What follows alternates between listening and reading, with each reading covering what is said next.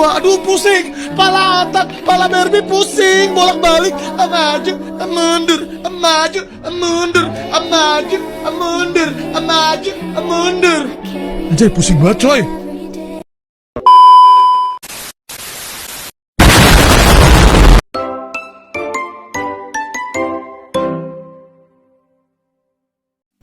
Pancasila itu seringkali kita anggap sebagai teori besar dalam buku teks kuliah, padahal esensinya ada pada keputusan kecil yang kita ambil setiap harinya.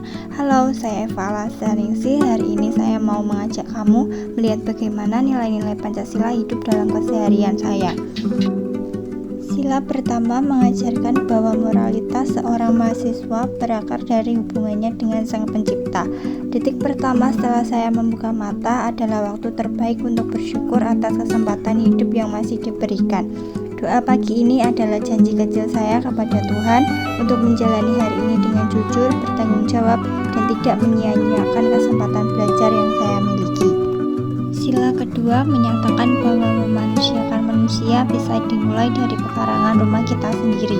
Dengan menyapu halaman dan menjaga kebersihan, saya tidak hanya merawat lingkungan, tapi juga menghormati kenyamanan keluarga, tetangga, atau siapapun yang lewat di depan rumah.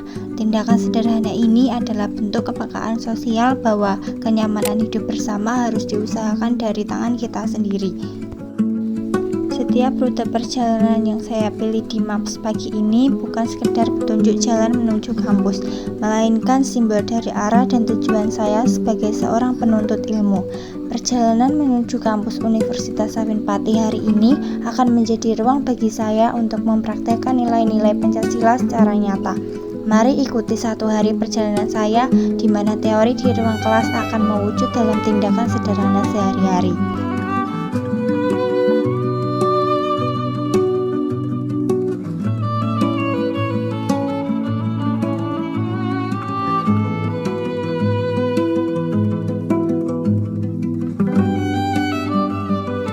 Sila ketiga menunjukkan persatuan tidak selalu bicara tentang momentum besar. Ia hidup di koridor kampus ini, berjalan bersama, bertukar ide, dan berkolaborasi tanpa membeda-bedakan adalah esensi dari sila ketiga yang saya praktekkan sehari-hari. Karena dengan menyatukan berbagai perbedaan pemikiran, kita sedang membangun fondasi generasi muda yang solid demi kemajuan bangsa.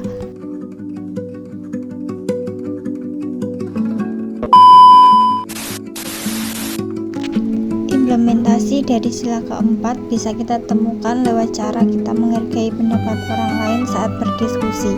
Menjadi mahasiswa yang bijaksana berarti mau membuka telinga untuk argumen yang berbeda dan tidak memaksakan kehendak pribadi.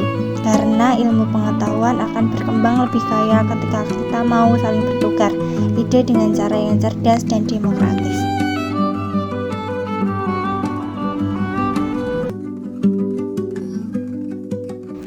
Langkah kaki menuju kantin ini adalah pengingat tentang pentingnya menjaga keseimbangan dalam hidup.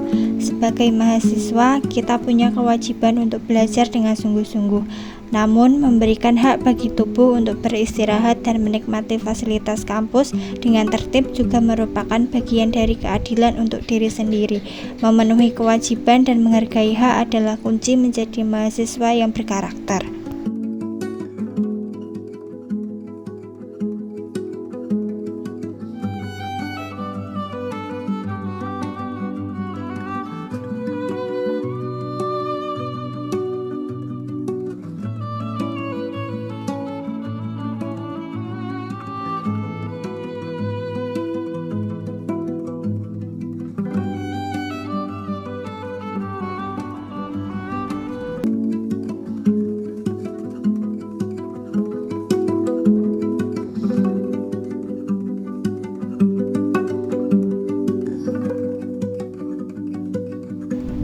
Sebagai mahasiswa Universitas Sapienpati, tantangan akademik terasa jauh lebih ringan saat kita mau bergerak bersama, bukan berkompetisi secara egois.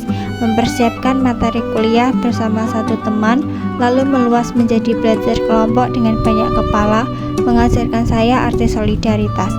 merasa sangat hidup ketika kita saling merangkul, saling membantu memahami pelajaran, dan berkomitmen untuk maju bersama tanpa ada satupun teman yang tertinggal di belakang.